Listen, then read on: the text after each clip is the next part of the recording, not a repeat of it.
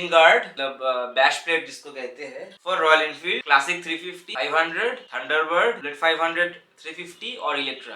Regarding this product, ये हम लोग का बहुत ही स्पेशल प्रोडक्ट है क्योंकि ये प्रोडक्ट से हम लोग अपना बिजनेस स्टार्ट किया था। मैन्युफैक्चरिंग प्रोसेस जो है सिंपल तरीके से आप लोगों को दिखाएंगे बेसिक टूल्स के साथ। क्लासिक और बुलेट का यहाँ पे माउंटिंग होता है और ये थंडरबर्ड के लिए हम लोग ने अलग से इसका ड्रिल पॉइंट दिया।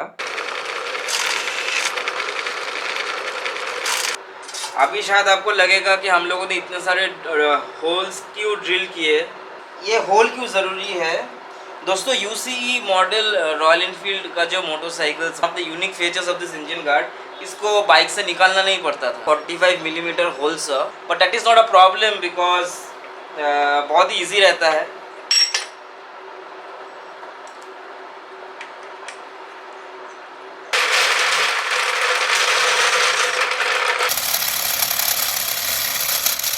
यहाँ पे हम लोगों ने लाइंस खींचा। Actually this lines are not at all precise. इसमें ना लाइन ड्रॉ करना पड़ेगा ताकि हम लोग बेंड कर पाए। तो उसके लिए पहला काम जो करना पड़ेगा वो है जो हम लोग का मैनेजर है, क्वालिटी इंस्पेक्टर, इसको साइड में करना पड़ेगा। तो ये क्वालिटी इंस्पेक्टर अभी चेक कर रहे हैं काम ठीक ठाक हो रहा है कि नहीं। कि हम लोग को एक सेकेंड ना सर दिखाने तो दो। सेकेंड बेंड ये रहा।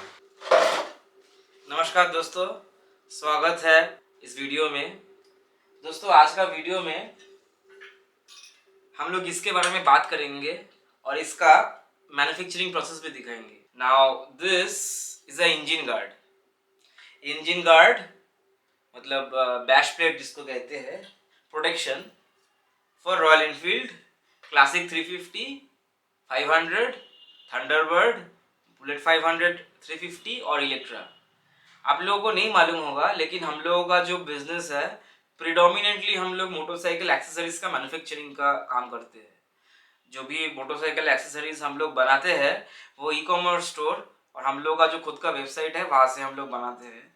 एंड रिगार्डिंग दिस प्रोडक्ट, ये हम लोग का बहुत ही स्पेशल प्रोडक्ट है क्योंकि ये प्रोडक्ट से हम लोग अपना बिजनेस स्टार्ट किया था बैक इन 2020, ये लॉकडाउन के बाद हम लोग यही प्रोडक्ट को लेकर के हम लोग का बिजनेस स्टार्ट किया था। आज का जो ये वीडियो है दोस्तों, हम लोग इसको सोचे हैं कि आपको बनाना दिखाए। जैसे आज के डेट में हम लोग अगर इसको मैन्युफैक्चरिंग कर रहे हैं तो हम लोग यूजुअली मैन्युफैक्चरिंग करते हैं इसको ऑटोमेशन में। जैसे इनका हम लोग के पास कैट ड्राइंग है, ये सब प्रोडक्ट्स का हम लोग के पास कैट ड्राइंग रहता है जो हम लोग आउटसोर्स करते हैं डीलर्स से या आउटसोर्स मैन्युफैक्चरर से, जो लोग लेज़र कटिंग के मदद से ये बहुत ही efficiently at a very low production cost हम लोग को बल्क में ये प्रोडक्ट्स देते हैं, जो हम लोग इसको फिर इन हाउस हम लोग कुछ मॉडिफिकेशंस करके या रिमेनिंग जो काम रहता है इसका मैन्युफैक्चरिंग में, जैसे कि ब्रैकेट बनाना ये वो हम लोग करके इसको पेंटिंग में देख के फिर पैकेजिंग करके इसको हम लोग आगे बेचते हैं। नाउ ये जो प्रोडक्ट है दोस्तों, ये one of the first products है। नाउ पर्टिकुलरली हम लोग इसका अगर इंजन गार्ड के बारे में बात करें तो बहुत ही स्टर्डी है।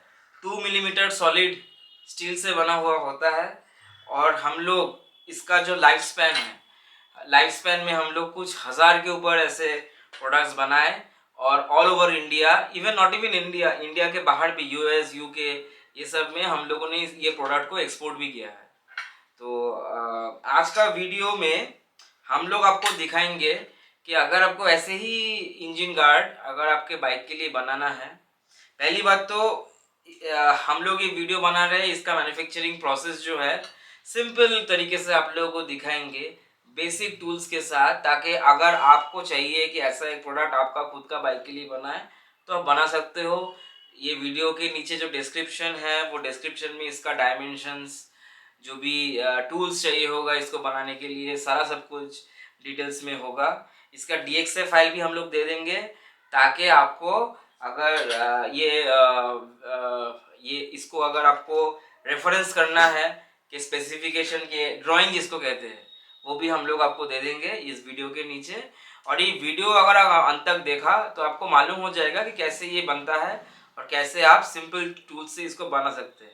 कायदे से हम लोगों के पास मिलिंग मशीन है, तो ये सब कुछ हम लोग मिलिंग मशीन में भी कर सकते हैं, लेकिन उतना कॉम्प्लिकेटेड आपको मैन्युफैक्चरिंग प्रोसेस नहीं देखना, क्योंकि आपको हम लोग ये वीडियो इसलिए बना रहे हैं ताकि आप लोग बाद में ये खुद से बना पाए। हर किसी के पास ऐसा मैन्युफैक्चरिंग सेटअप नहीं रहता, हर किसी के पास औजार नहीं रहते इतने कि कुछ प्रोडक्ट्स जो प्रोडक्शन में हम लोग यूज़ करते हैं उसको आप लोग ऐसे ही बना ले। तो बहुत ही सिंपल टूल्स का हम लोग प्रयोग करेंगे। जैसे पीछे हम लोग का ड्रिल प्रेस है वो यूज़ करेंगे। अगर आपके पास ड्रिल प्रेस नहीं है तो आप हैंड ड्रिल भी यूज़ कर सकते हो, that would equally work well. एक एंगल ग्राइंडर चाहिए होगा और वेल्डिंग का कुछ चाहिए होगा। तो एनीवेज दोस्तों, जैसे कि आप लोग देख पाएंगे, मैं आपको कैमरा में जूम करता हूँ तो आपको दिखेगा कि हम लोग ने ऑलरेडी ब्लैंक यहाँ पे है। तो ये ब्लैंक के बारे में अगर हम लोग बोले तो this is close to around 450 millimetres by 210 millimetre का एक 2 मिलीमीटर शीट है, and this is the template. जैसे आज का जो ये इंजन गार्ड बन रहा है दोस्तों, ये बन रहा है थंडरबर्ड 350 के लिए। हम लोग 2 ही पीस बनाएंगे। और ये जो प्रोडक्ट आप लोग के सामने है, जो आपको दिख रहा है, दिख रहा है क्या? शायद से दिख रहा है, हाँ। तो ये जो प्रोडक्ट है ये दोस्तों, ये बुलेट 350, बुलेट क्लासिक और इलेक्ट्रा 350 और 500 के लिए ये प्रोडक्ट है। और इसमें ज़्यादा अंतर नहीं है, मतलब कि कहने का मतलब है थंडरबर्ड और जो क्लासिक सीरीज़ का है उसमें ज़्यादा अंतर नहीं है। सिर्फ ये जो, क्योंकि थंडरबर्ड का चेसिस अलग रहता है तो ये ब्रैकेट और इसका माउंटिंग लोकेशन में थोड़ा अंतर है। तो जैसे कि आप अगर आप देखेंगे यहाँ पे ये क्लासिक और थंडरबर्ड का इसमें माउंटिंग, सॉरी क्लासिक और बुलेट का यहाँ पे माउंटिंग होता है, और ये थंडरबर्ड के लिए हम लोग ने अलग से इसका ड्रिल पॉइंट दिया। तो यही ड्रिल पॉइंट इसमें रेफरेंस करेंगे। तो शुरू में ये टेम्पलेट है, ये टेम्पलेट में हम लोग ये टेम्पलेट को इसके ऊपर बिठा करके हम लोग इसमें ये 6 मिलीमीटर का सारा होल इसी में कर देंगे। तो अभी हम लोग ड्रिल प्रेस के वहाँ पे है, तो इसको रेफरेंस करके हम लोग इसमें ड्रिल करेंगे। ड्रिल करने से पहले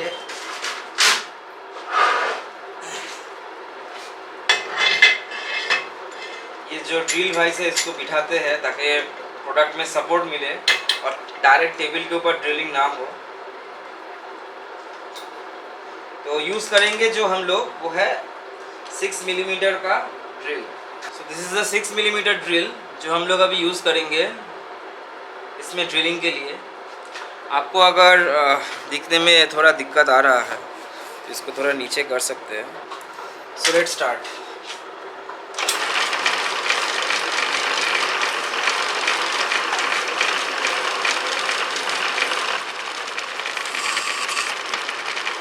ये हम लोग कुछ स्क्रूज यहाँ पे यूज़ कर रहे हैं ताकि प्रोडक्ट ना हिले, क्योंकि हम लोग थंडरबर्ड के लिए बना रहे हैं तो we would be drilling here not here. तो यहाँ पे हम लोग ड्रिल कर लेते हैं।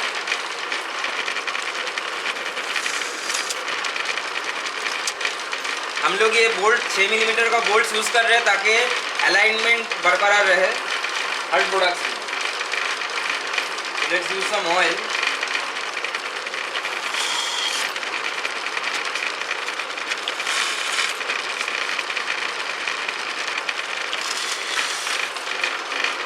दोस्तों ये सारे पॉइंट्स जो है यहाँ पे हम लोग 6 मिलीमीटर का होल कर रहे हैं।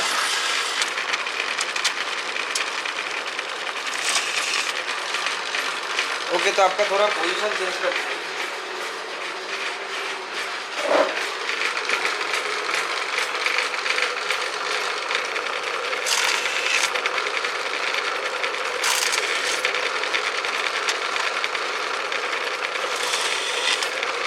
Okay, this plate is done. ये गाइड्स को निकाल दिया। अभी जब इसको निकालते हैं, अभी शायद आपको लगेगा कि हम लोगों ने इतने सारे होल्स क्यों ड्रिल किए ये प्लेट में। हर एक ड्रिल का एक महत्व है, इसलिए उसको इसमें गिराया गया। और आप वीडियो में आगे चलेंगे तो आपको यू वुड अंडरस्टैंड कि एक एक होल्स का क्या मतलब है और क्यों हम लोगों ने ड्रिल किया।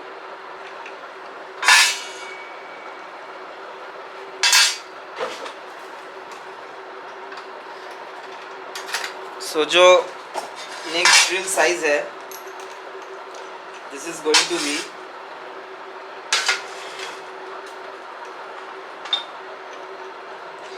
ये 8 मिलीमीटर का है नेक्स्ट ड्रिल साइज, और सारा इसमें ड्रिल नहीं होगा, कुछ ही होगा 8 मिलीमीटर ड्रिल।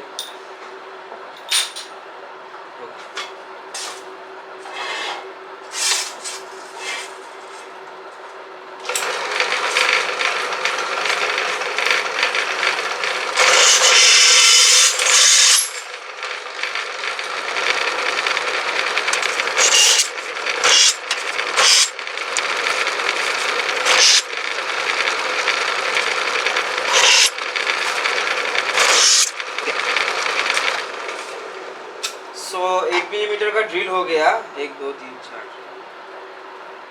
1 2 3 4, सो 4 ही 6 मिलीमीटर का है, बाकी सब अपग्रेड हो गया 8 मिलीमीटर में। ये सॉरी ये रिकॉर्डिंग भूल गया। अगला जो ड्रिल साइज है, this is a 13 millimetre drill जो हम लोगों ने यहाँ भी इंस्टॉल किया। सो 13 मिलीमीटर ड्रिल सिर्फ ये जो ऊपर का जो होल है, ऊपर का 2 होल इसी में आएगा। और क्यों आएगा, क्योंकि ये जो प्रोडक्ट आपको दिख रहा है, ये प्रोडक्ट में अगर आप ध्यान से देखेंगे तो यहाँ पे यू नॉच है, और यू नॉच का जो नीचे का जो रेडियस है, जो नीचे का जो ये रेडियस है, ये रेडियस के लिए, तो ये रेडियस के लिए हम लोग ये 13 मिलीमीटर का ड्रिल ये यूज़ करने वाले हैं। अभी ये क्यों ज़रूरत है, क्योंकि हम लोग मैनुअल मशीनिंग कर रहे हैं। जब हम लोग लेज़र कटिंग में देते हैं तब ये चीज़ नहीं चाहिए होता, क्योंकि laser cutting machine automatic CNC machine है, तो ये से यू काट देता है। हम लोग जब मिलिंग मशीन में भी ये करेंगे तो भी चाहिए नहीं होगा, क्योंकि इतना सा ही चौड़ा एक 13 मिलीमीटर का अगर आप एंड मिल लेंगे तो ऐसे स्लॉट हो जाएगा। बट क्योंकि हम लोग मैनुअली करेंगे तो यहाँ पे एक 13 मिलीमीटर का होल आएगा, और साइड से हम लोग एंगल ग्राइंडर से काट देंगे। सो लेट स्टार्ट, लेकिन उसके लिए थोड़ा टेबल नीचे जाएगा।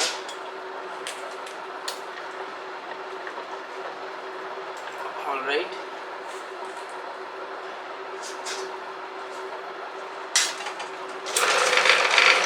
ये स्पीड बहुत ज़्यादा है, so let's reduce the RPM।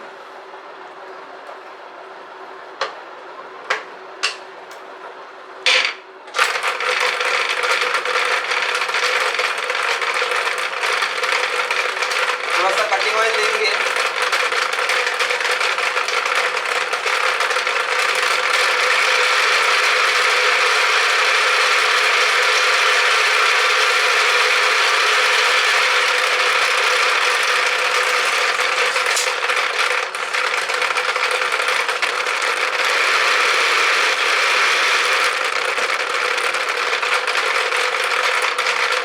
और बाकी पीछे जो ये सारे बर्ड्स आपको दिख रहा है, ये बर्ड्स को भी निकाल लेते हैं।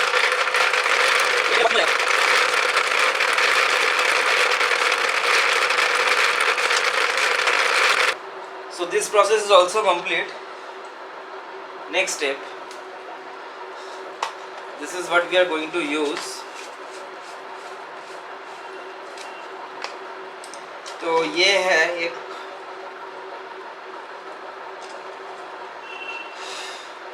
$45 मिलीमीटर का, this is a hole saw.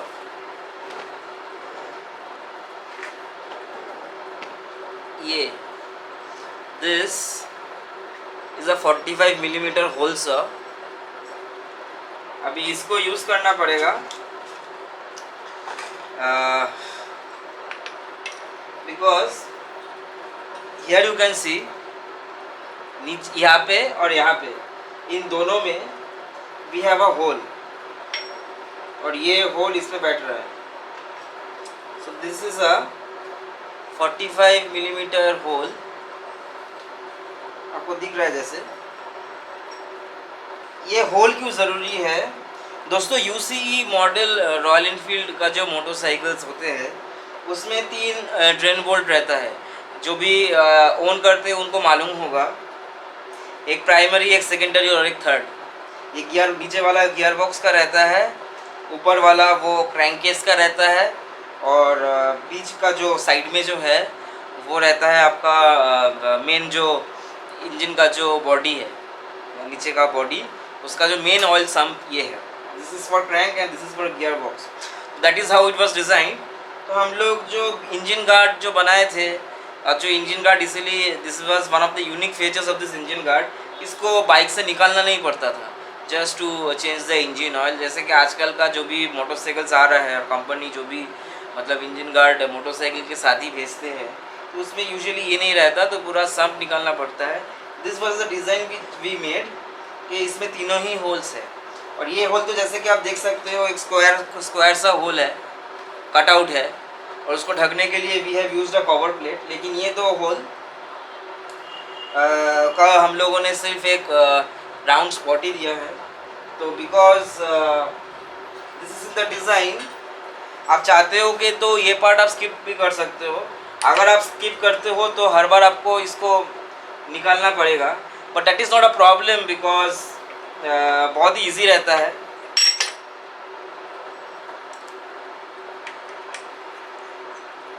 Okay, that is not a problem, बहुत ही ईजी रहता है बिकॉज ये एक बोल्ट और ये दो बोल्ट को आप अगर निकालते हो तो ब्रैकेट रह जाएगा चेसिस में, आपका ये इंजन गार्ड निकल के बाहर आ जाएगा।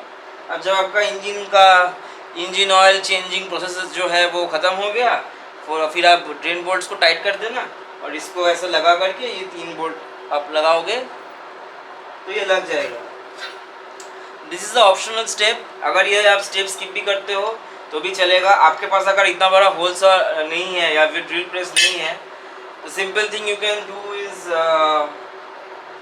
इसको ऐसे ही मतलब एक शार्प ऑब्जेक्ट, मतलब एक छेनी लेकर के, आई थिंक आई हैव, ऐसे क्रूड तरीके से आप हथौड़ा मार मार के इसको ऐसा कर सकते हो, या फिर एंगल ग्राइंडर से आप स्क्वायर करके काट सकते हो।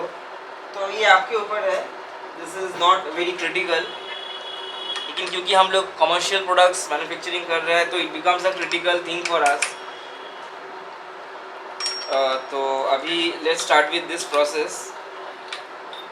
ओके, ये जो 2 होल्स है हम लोग ने ऑलरेडी आइडेंटिफाई करके इसको 6 मिलीमीटर का होल कर लिया ताकि कि इसका अंदर ही चला जाए, फंस जाए ऐसे। बिकॉज ये होल्स के नीचे एक पायलट ड्रिल भी है, तो ये लोकेशन इसमें सेट हो गया। So let's start with this. But इसका उसके लिए इसका फाइन फिट का एडजस्टमेंट करना पड़ेगा। I show you. So this is the fine feed, ये ड्रिल प्रेस का। नाउ फाइन फीड को एडजस्ट करने के लिए what we need is a wrench, and I have to unlock this. Okay, ये इंगेज हो गया। अभी जब भी हम लोग इस व्हील को टर्न करेंगे, यू कैन सी राइट कि फाइन फीड एडजस्ट हो गया है। Okay, so that's how the fine feed mechanism works.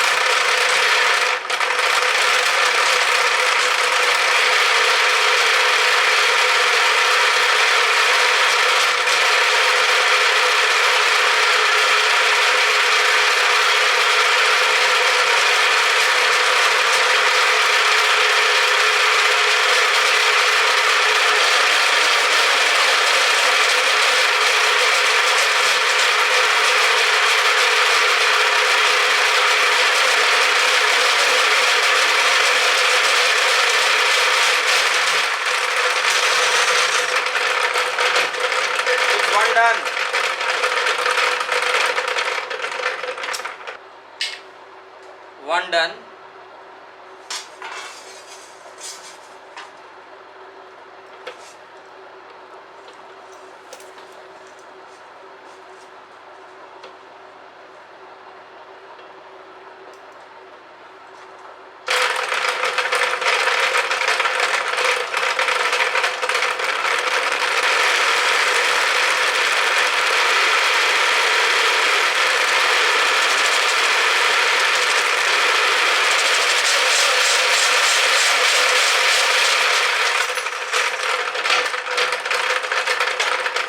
This is done too.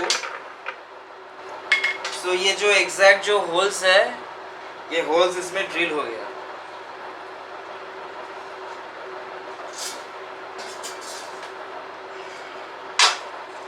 तो ये पहले होल्स हम लोग ड्रिल कर लेते हैं. जो बाकी जो रिमेनिंग दो दूसरा वाला जो प्रोडक्ट है उसमें जो 45 मिलीमीटर का होल करना है, पहले ये कर लेते हैं. उसके बाद हम लोग मिलते हैं टेबल पर. हम लोगों के पास ये बॉश का मेटल जिक्सॉ है. सो यहाँ पे जो स्लॉट हम लोगों को काटना है, दैट इज़ यहाँ पे 2 होल हम लोगों ने किया 8 मिलीमीटर का. अब ये होल क्यों चाहिए? द ओनली रीज़न हम लोग को चाहिए, ये जो हम लोग का ब्लेड है ये जिक्सॉ का, इसका जो डायमीटर है दैट इज़ 8 मिलीमीटर. तो अगर हम लोग इसको ये होल में घुसा दे तो ये अंदर तक जाएगा. सो that is the reason Y ये हम लोग को 8 मिलीमीटर का होल चाहिए था. To guide this jigsaw blade straight, हम लोगों के पास एक मशीनी स्क्वायर है, इंजीनियर स्क्वायर जो भी कहे आप. और हाँ, जिक्सॉ यूज़ करने के लिए safety goggles is very important. So I have this. Okay, so हम setting up a different camera. थोड़ा लाइटिंग सेटअप कर रहे हैं ताकि आपको भी दिखे.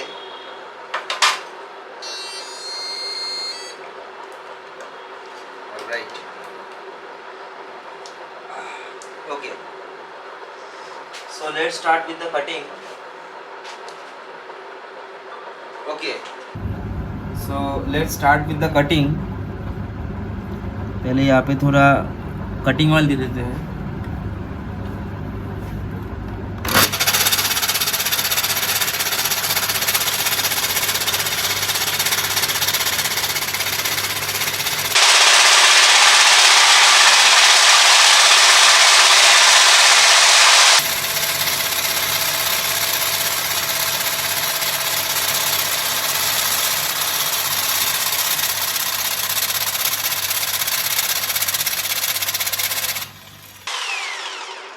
Right.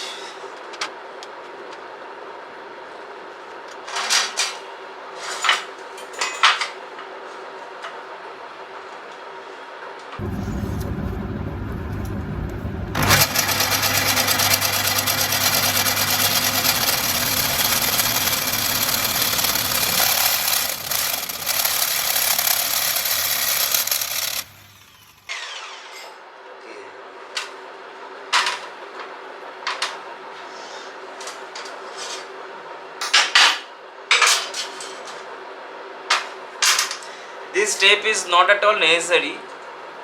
ये स्टेप अगर आप लोग इसको अवॉइड कर सकते हैं, अगर आप लोग को ये अवॉइड करना है तो you can always avoid.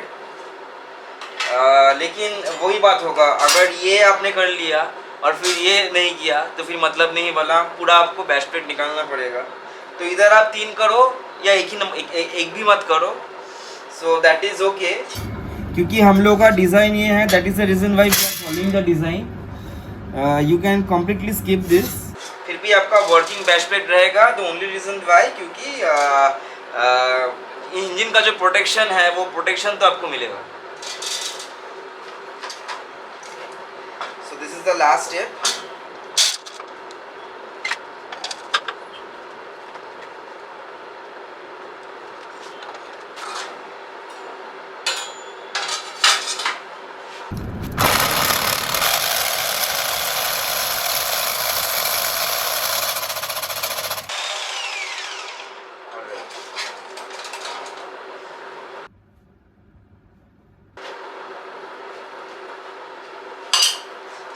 this part is done. तो दोस्तों अभी जैसे आप लोग देख रहे हैं ऊपर एक ऐसे स्ट्रेट एंगल नहीं है, यहाँ पे ऐसा एक है एंगल। तो इसको हम लोग अभी रेप्लिकेट करेंगे अपना जो इसको कहते हैं सीज़र में हम लोग इसको रेप्लिकेट करेंगे। तो आपको दिखाते हैं कि कैसे ये आएगा।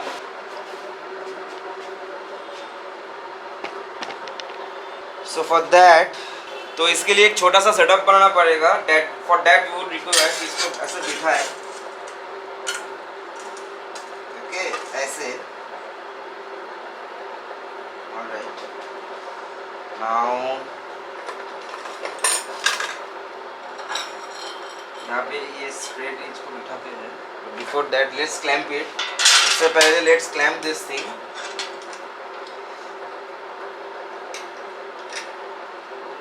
Okay,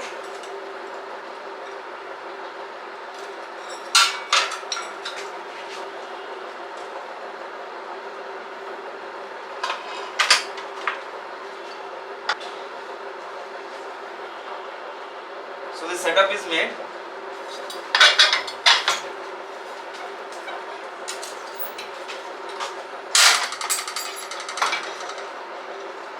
one side. ना इसको 360 हम लोग रिवर्स करते हैं। सो 360 रिवर्स किया। ना ये साइड में मार्क करते हैं कहाँ पे वो पॉइंट आएगा। सो ये पॉइंट अभी आ रहा है close to. Let me cross check.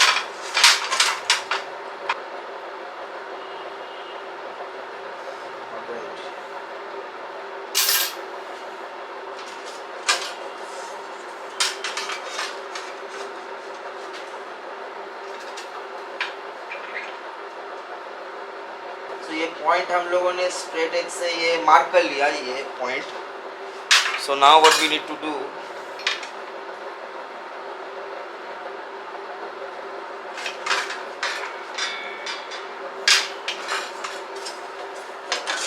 Put it in. Angle fix है। अभी इसमें जाएगा clamp.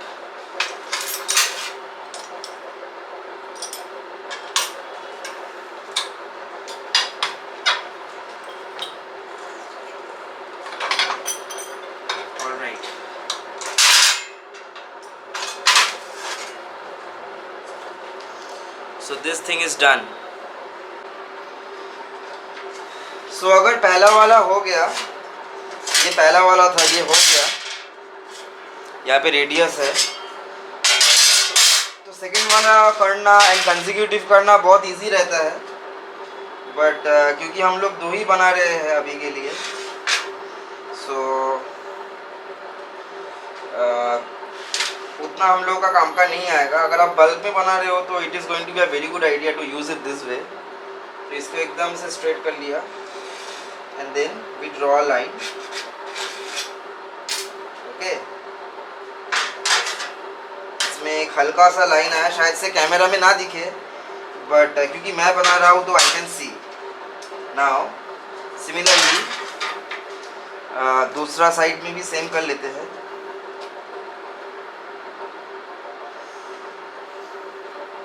Draw a line. All right. So now we know this is a point. This is also a point. And here this is a point. And this is also a point. So let's fix it. ये machine में ये बिठाया।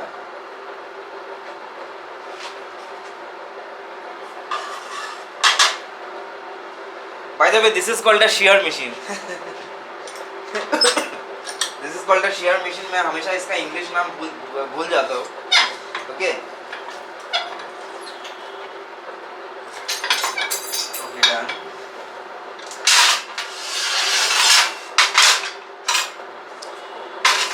One side done. Let's window the part.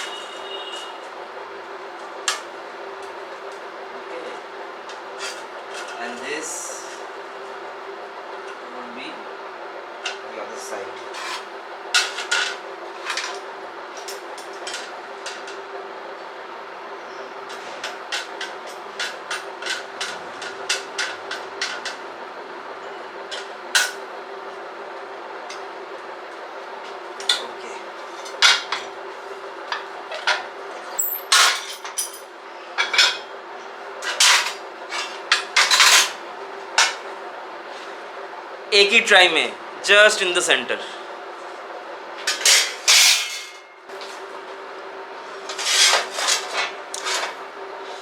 So the next order of business is, यहाँ पे जो हम लोगों ने जो 13 मिलीमीटर का हम लोगों ने इसमें होल किया, we have to make slots. तो स्लॉटिंग के लिए व्हाट वी नीड, अगेन आपके पास एंगल ग्राइंडर हो तो एंगल ग्राइंडर से इसको काट दे सकते हैं दोनों साइड में, but jigsaw offers a little more precise. तो हम लोग जिक्सॉ यूज़ करेंगे इस प्रोसेस के लिए. तो इसको पहले बांध लेते हैं टेबल के साथ. नहीं, इसको ऐसे नहीं बांध सकते, इसको पीछे ले जाना पड़ेगा. Now we can fix this with the table.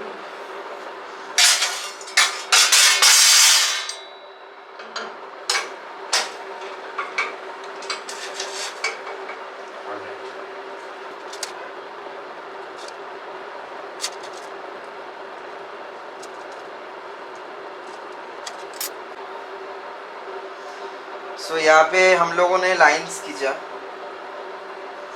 Actually these lines are not at all precise.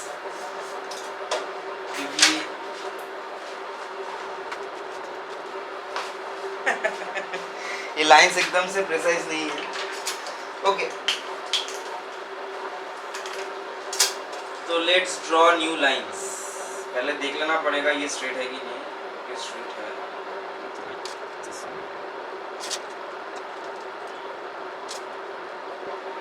Okay, alright. So we have drawn some lines. ये लाइंस गाइड है, that will guide us. I hope you can see this lines. Camera में आ रहा है. यहाँ पे हम लोगों ने अभी पेन से मार्क किया. सो अभी काम ये है दोस्तों कि we will try to follow these lines as precisely as possible. So okay, so this is not visible at all, I believe. Let me set up my second camera.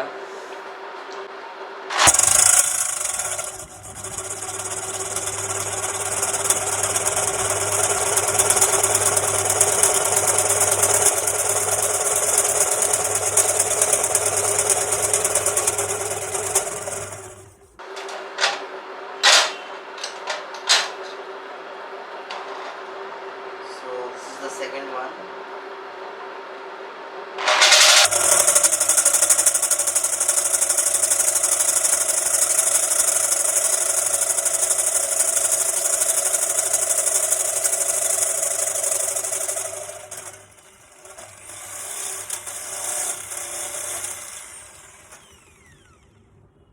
Okay, one done.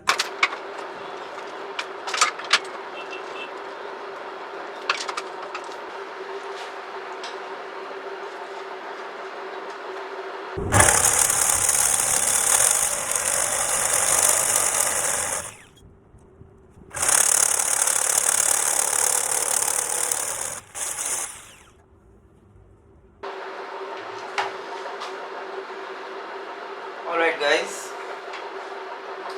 जैसे कि आप देख सकते हो,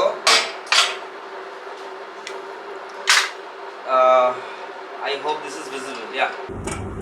So these U notches are done, as you can see. तो दूसरे में भी कर लेते हैं. उसके बाद द मोस्ट इम्पोर्टेंट स्टेप आएगा, which is bending this.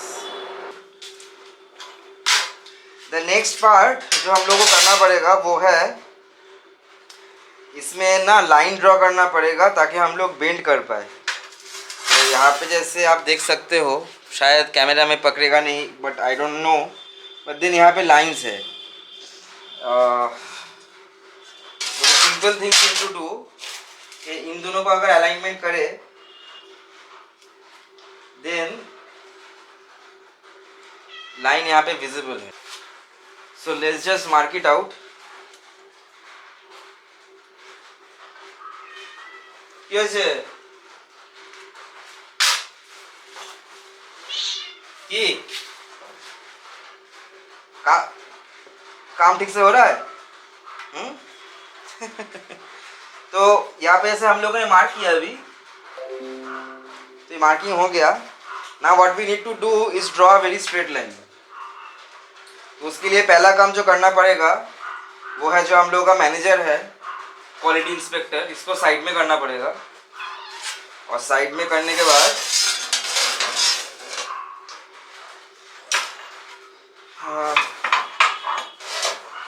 Okay, you have to draw a straight line.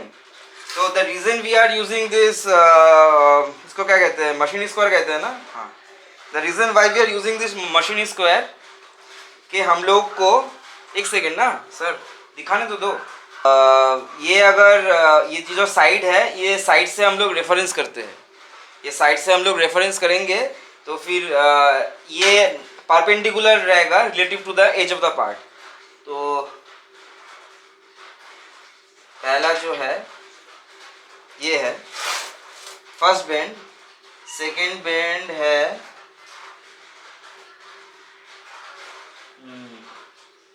Second bend ये रहा। तो ये क्वालिटी इंस्पेक्टर अभी चेक कर रहे हैं काम ठीक ठाक हो रहा है कि नहीं। अभी बेंड का एंगल जो है 36, ये वाला रहेगा टोटल 36 डिग्री। और नीचे ये ऊपर वाला है, और नीचे वाला ये वाला जो बेंड, ये वाला बेंड 36 डिग्री का रहेगा, और ये वाला जो बेंड है वो रहेगा 26 degree. Okay, so apologies for the low light situation.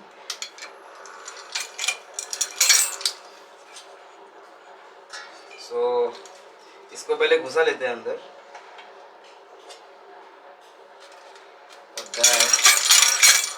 इसको थोड़ा ऊपर जाएगा ये।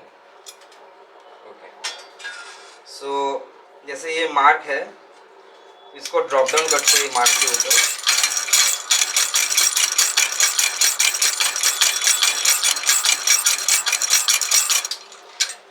To ensure that this thing is straight, we are just going to use ये एक मशीन स्क्वायर है, इसको जस्ट मिला लेंगे कि ये स्ट्रेट है कि नहीं।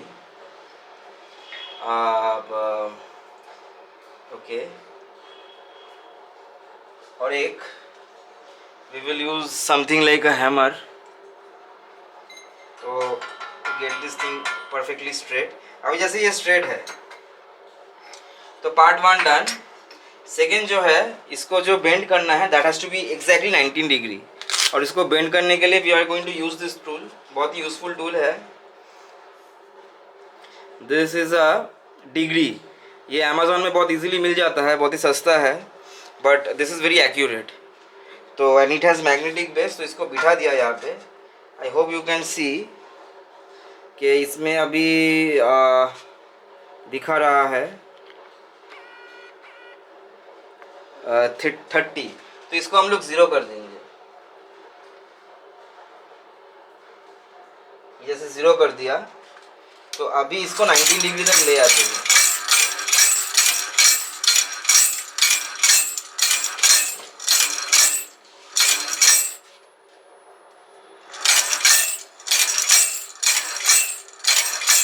तो इससे बहुत ही प्रिसाइज डिग्री आएगा, 16, 17। ओके, सो ये देखिए 19 आ गया। सो this is done. Let's release the pressure. अभी प्रेशर रिलीज करते हैं। अभी नेक्स्ट ये वाला डिग्री है, तो इसमें जो डिग्री हम लोग देंगे 26 था। थोड़ा स्प्रिंग बैक के लिए, क्योंकि ना मटेरियल क्या होता है, आप एक बार इसको बेंड करोगे मेटल तो हल्का ना वो फ्लेक्स बैक होता है, तो इसीलिए हम लोग थोड़ा ज़्यादा करते हैं। 2 डिग्री 1 डिग्री तक हम लोग ज़्यादा करते हैं ताकि वो स्प्रिंग बैक में वो एडजस्ट हो जाए। I hope I am able to make myself very clear.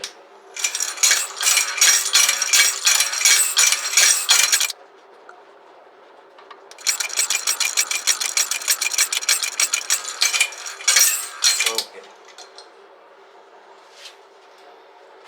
तो फिर से डिग्री देके चेक कर लेते हैं।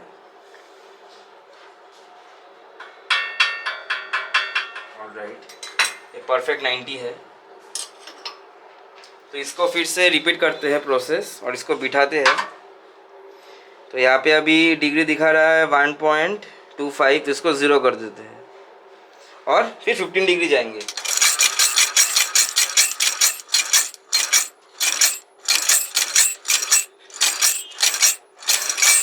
ओके, शायद से हो गया 15.55, 15.6, मतलब ये हो गया 15 degree. So this is done. Okay, जो बेंड हम लोगों ने किया वो बेंड ये है। एंड ये एक सैंपल हम लोग के पास है, जो सैंपल से मिला के हम लोग देखते हैं कि हर जो बेंडिंग कर रहे हैं वो बेंडिंग एक्यूरेट है कि नहीं। एंड यहाँ पे आप क्लियरली देख पा रहे हैं जो बेंडिंग किया गया है वो एकदम से एक्यूरेट है।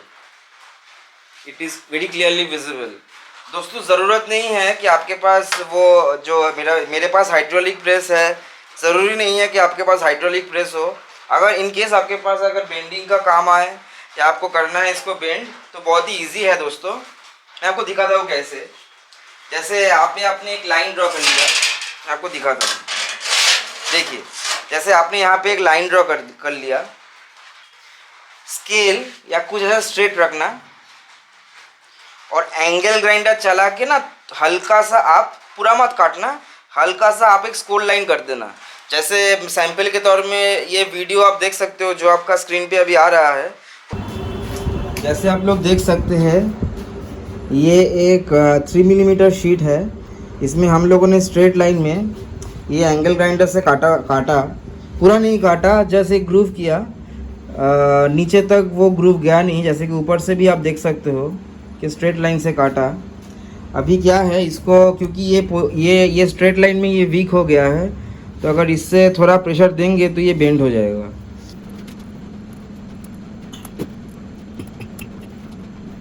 जिससे अब देखा कि ये बेंडिंग हो गया। लेकिन हाँ, वो करने के बाद आप थोड़ा सा वेल्डिंग कर लेंगे, टैग वेल्डिंग।